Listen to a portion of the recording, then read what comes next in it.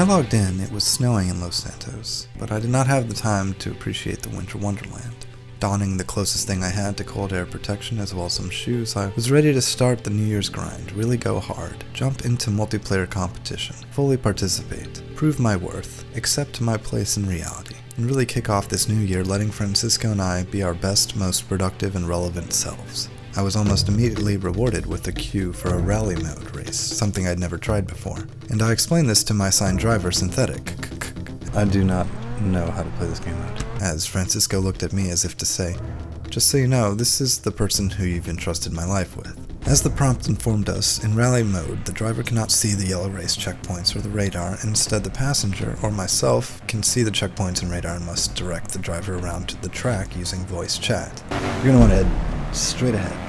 This seemed like the perfect job for me anyway, sitting comfortably in the passenger seat using only my voice with no physical responsibility to drive on these suspiciously dangerous roads. But after jumping into an early lead, it soon became apparent that most everyone participating was also unfamiliar with the rally game mode, some drivers completely avoiding every checkpoint and going the wrong way entirely, with little regard for the integrity of their vehicles, or anything, or anyone, which I hoped was solely the consequence of the hazardous road conditions, and not some indiscretion for human life. We're still doing good? You want to turn left? Can you do a U-turn?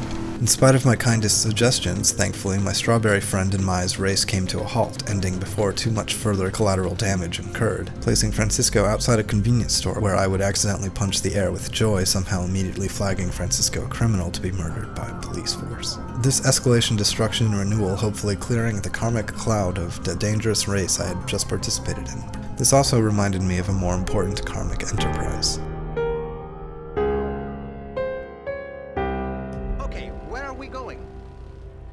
No problem.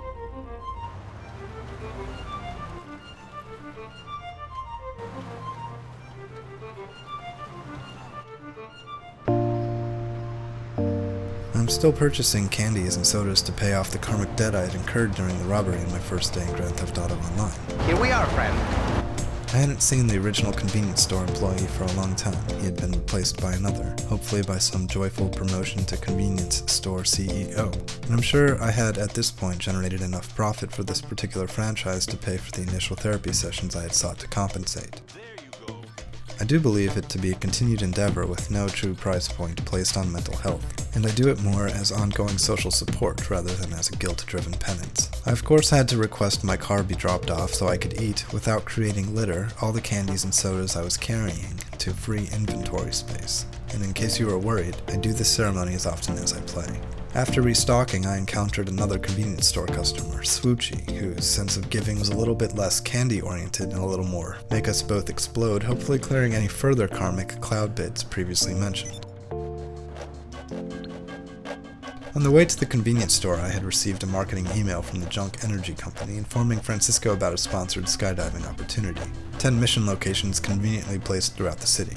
A collectible series of challenges to skydive through, augmented reality rings, and successfully land on a platform to earn several rewards, including a gold medal for completing all important tasks. As a well-known champion of flight school, I jumped at the chance and out of a helicopter trying to recalibrate my skydiving skills and mentally remap the Xbox commands to my PlayStation controller. X to square, A to X, Y to triangle, left bumper plus right bumper to slow down and land. It took me an entire Los Santos day to master this particular challenge, mostly this tricky detach the parachute to free fall through the blue ring and reactivate a second parachute to continue the journey portion. I eventually learned I could hold X or square to reset the challenge at any point before I hit the ground, instead of aggressively landing and taking a taxi back to the helicopter pad. I also learned Francisco didn't have unlimited parachutes. I finally shook off my murky holiday mental blocks, accrued enough facial injuries, and landed on the victory circle, having hit all the checkpoints and not the victory wall. But having taken a few too many seconds would need to recomplete the challenge to earn the gold medal. The results of the second victory seemed to have no real impact on Francisco's life, save that I had achieved what I had set out to, went hard, and underwent the pains of a challenge and relearning an old skill to be my best possible self. One lucky wheel spin, one party rejection, one luster crime invite later, I was on the rooftop terrace casino, apparently heated infinity pool reflecting on all the day's activities. I hope Francisco appreciated the endeavors I had put him through, head wounds notwithstanding, because as wild as it was fun, It didn't seem so important to aggressively queue up and subject myself to the most popular contest that wanted my blood, but perhaps by anchoring myself in my responsibilities, the opportunities most relevant to my journey would find me, as they had today.